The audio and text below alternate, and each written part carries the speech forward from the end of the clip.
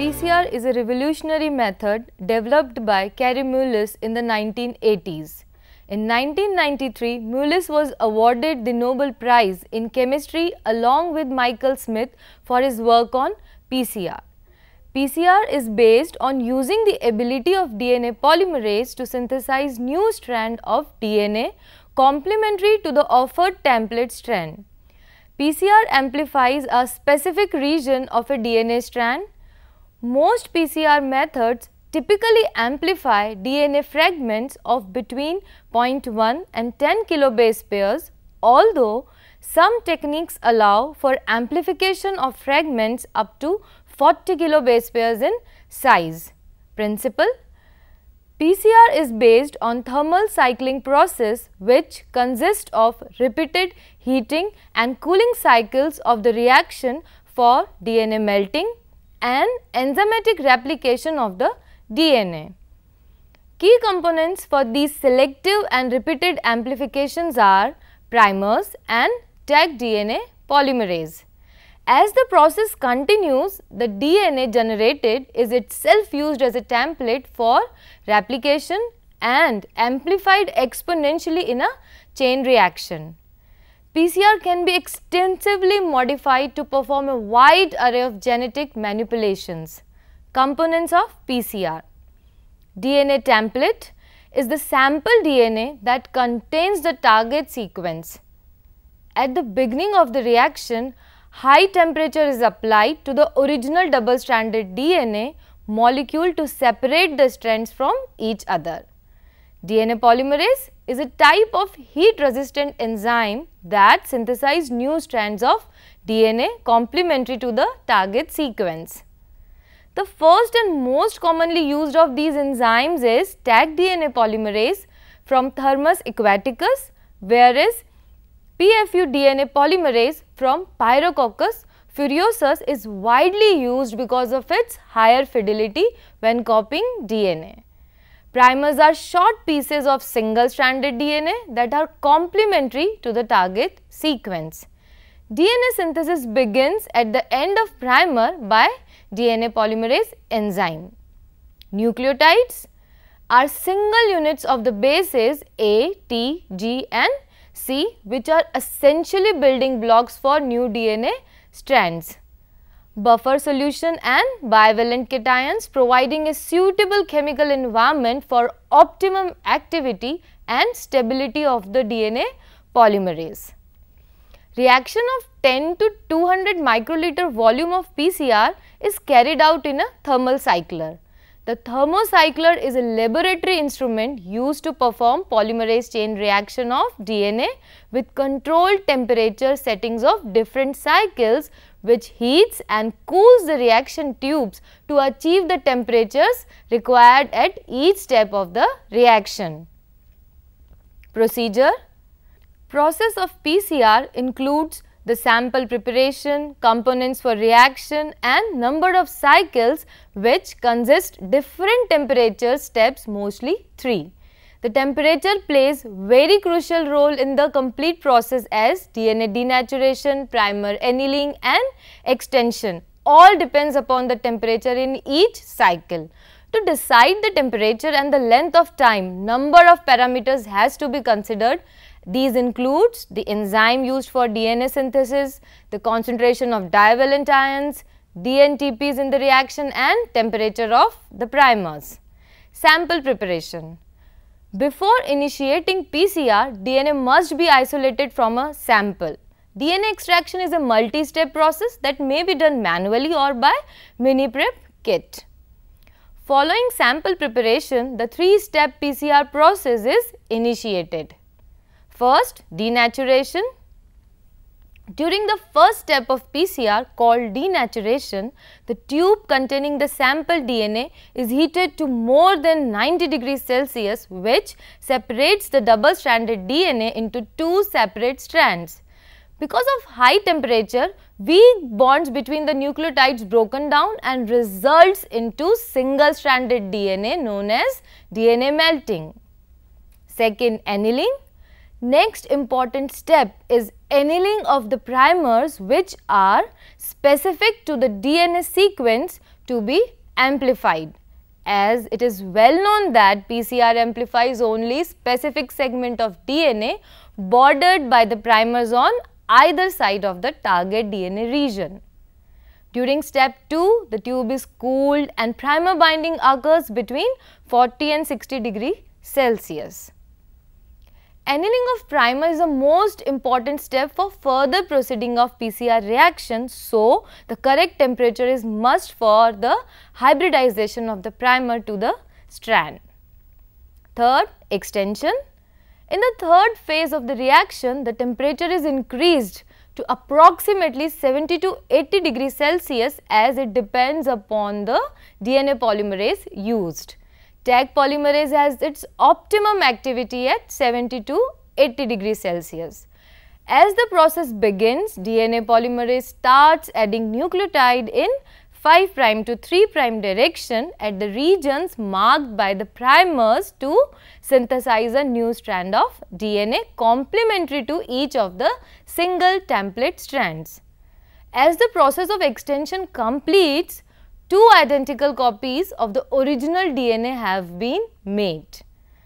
After this step cycle begins again and creates more than 1 billion copies of the original DNA segment after 30 to 40 cycles. Because the PCR is automated, it can be completed in just few hours. The complete process of PCR can be divided into 3 stages. Exponential amplification. In this stage, the amount of product is doubled at every cycle. Then leveling off stage. In this stage of PCR, reaction slows down as the Taq polymerase loses its activity and also consumption of reagents like DNTPs and primers become limiting. And the third stage is plateau effect. Due to exhaustion of reagents and polymerase enzymes, there is no product accumulation in this stage. Applications. PCR is an indispensable technique used in medical and biological research labs for variety of applications. In a healthcare sector, PCR have number of applications like DNA cloning for sequencing, DNA based phylogeny or functional analysis of genes, and diagnosis of hereditary diseases due to its ability to make enough copies of target DNA from the clinical sample to allow analysis. The identification of genetic fingerprints used in forensic science, DNA paternity testing, and the detection and diagnosis of infectious diseases can also be done using PCR. PCR is an established tool for DNA amplification, quantification, and it can be used to measure, analyze extremely small amount of DNA sample, which is often critical for forensic analysis. Limitations. DNA polymerase is prone to error, which in turn causes mutations in the PCR fragments that are made. Primer synthesis needs prior information of the DNA sequence. Early plateau effect may occur due to reagent limitation, self-annealing of the accumulating product, or by inhibitors of the polymerase reaction.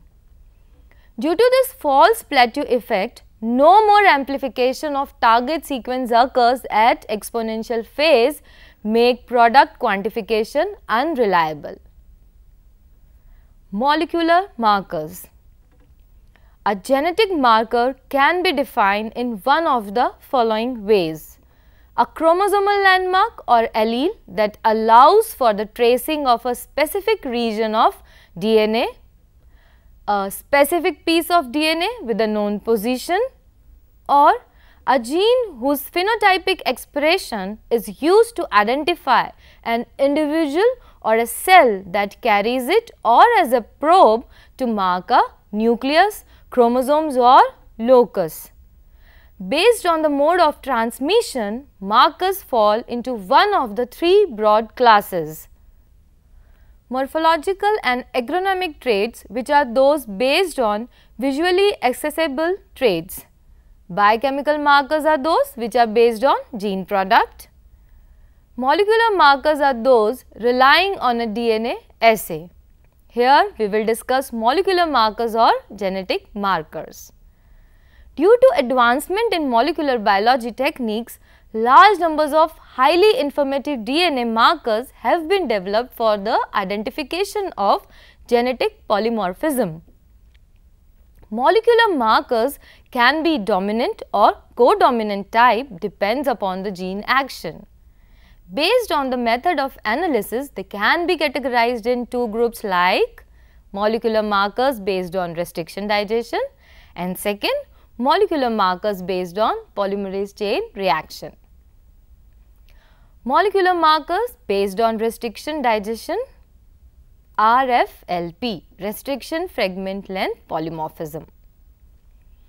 RFLP is the most widely used hybridization based molecular marker which is based on the restriction endonuclease enzymes to determine the difference in the homologous DNA sequence of individuals. Although two individuals of the same species have almost identical genomes, they will always differ at a few nucleotides. This difference may be due to one or more of the following causes: point mutation, that changes in single nucleotide, insertion, deletion of a single nucleotide in the sequence, translocation, inversion and duplication of the nucleotides. Some of these differences in DNA sequence at the restriction site can result in the gain, loss or relocation of a restriction site. Due to this difference digestion of DNA with restriction enzymes results in fragments whose number and size can vary among individuals, populations and species. In this technique, fragment of different length generated due to restriction digestion of DNA sequence and are detected and analyzed by gel electrophoresis. Procedure: sample preparation. First step for RFLP analysis is extraction of DNA from sample. Digestion or fragmenting of sample.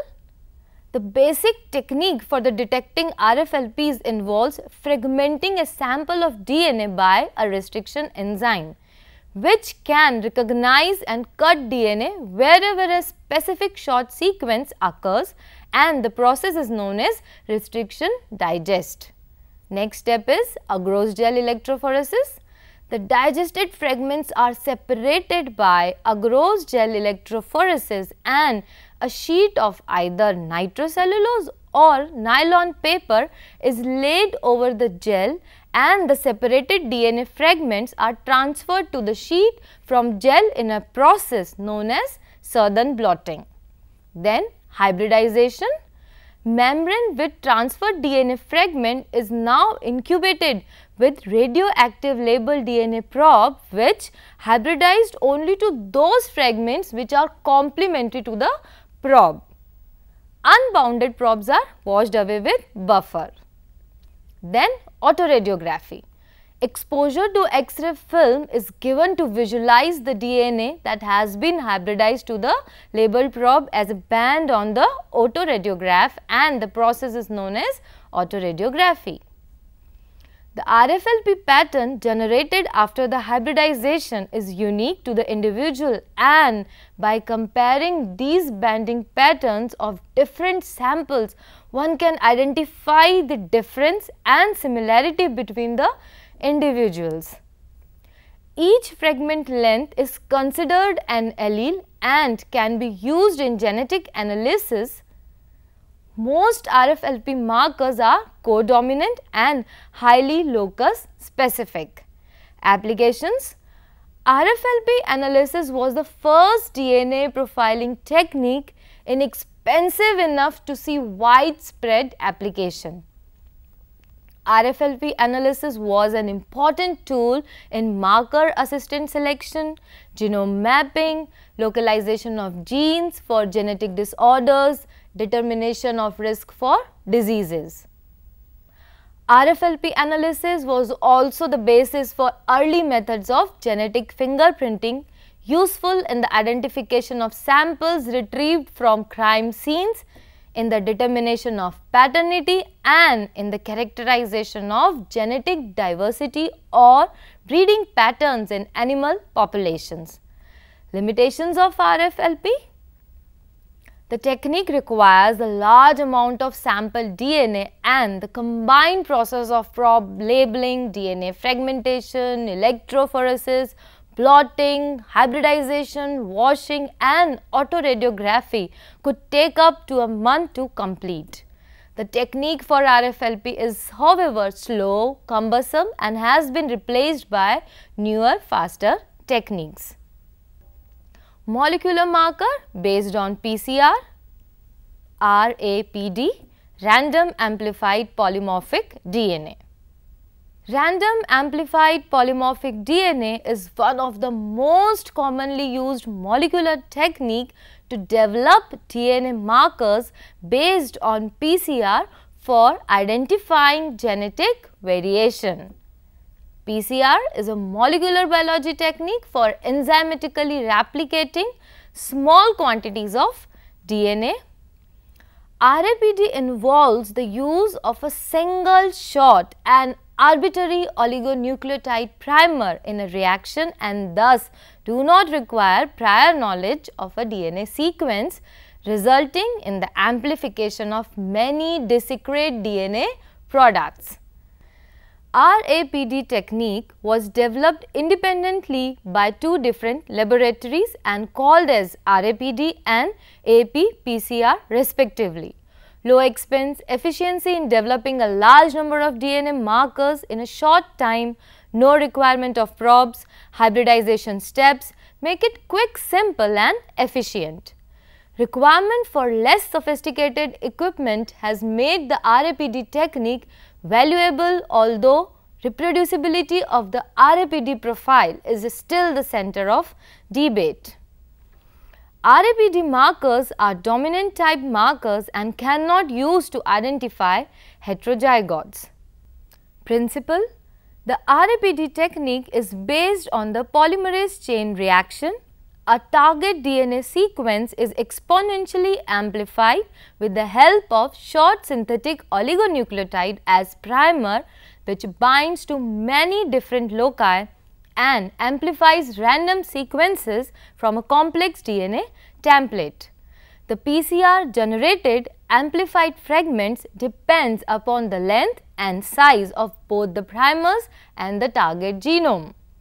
With the use of single primer, generation of different DNA fragments are considered to originate from different genetic loci. Mutation or rearrangements at or between the primer binding sites may result into absence or presence of particular RAPD band, which results into polymorphism. This means that RAPDs are dominant type marker. Apart from primers, other important components of reaction are thermostable DNA polymerase, dideoxynucleotide triphosphates, magnesium and reaction buffer. The reaction involves repeated cycles, each consisting of a denaturation, a primer annealing and an elongation step already described in previous topic PCR. After the completion of cycles, the amplified products are separated on agarose gel electrophoresis and stained with ethidium bromide for visualization. The most crucial factors that need to be optimized in RAPD reactions are the magnesium, enzyme, DNA concentration and annealing temperature of the primer. Procedure: the first step, sample preparation. The first step is the extraction of DNA sample.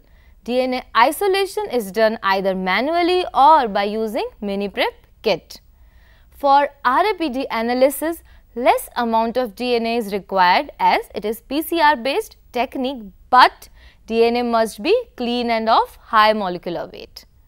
If minimal quality of DNA is not achieved, the reproducibility of results will be hard to ensure. PCR reaction and DNA amplification. Next step for RAPD analysis is to perform PCR with the purified sample. Mix the DNA with reaction mixture and keep the tubes in a thermocycler with set temperatures for each cycle. Separating DNA fragments by agarose gel electrophoresis. After completion of the amplification reaction in thermocycler, sample is run on agarose gel electrophoresis for the separation of DNA fragments with reference to DNA ladder of standard molecular weight. Visualization of DNA bands. To visualize the amplified regions of the DNA, ethidium bromide dye, an intercalating agent, is used during agarose gel electrophoresis, and because of which the DNA bands illuminated under the presence of UV transilluminator. Applications of RAPD analysis. RAPD as a molecular marker has a wide range of applications ranging from study of genetic diversity, polymorphism, germplasm conservation. Due to its requirement of very less amount of sample and also generates high number of fragments, makes it an efficient tool to study plant and animal breeding, animal plant microbe interactions, and pesticide herbicide resistance, and also detection of soma clonal variations. RAPDs have also been applied in gene mapping studies to fill gaps not covered by other markers. Limitations. RAPD analysis depends upon the PCR, which is highly sensitive to changes in DNA quality, PCR components and conditions. Mismatch between the primers and template may result into absence of PCR product. Due to it become difficult to interpret the data. RAPD reproducibility is very less, and sometimes it is not possible to differentiate whether the DNA fragment amplified is from homozygous locus or heterozygous locus. RAPD technique is highly laboratory dependent and expensive too. Conclusion. Due to advancement in molecular biology, techniques like PCR, electrophoresis, oligonucleotide synthesis, it's become possible to develop molecular markers such as RFLP and RAPD.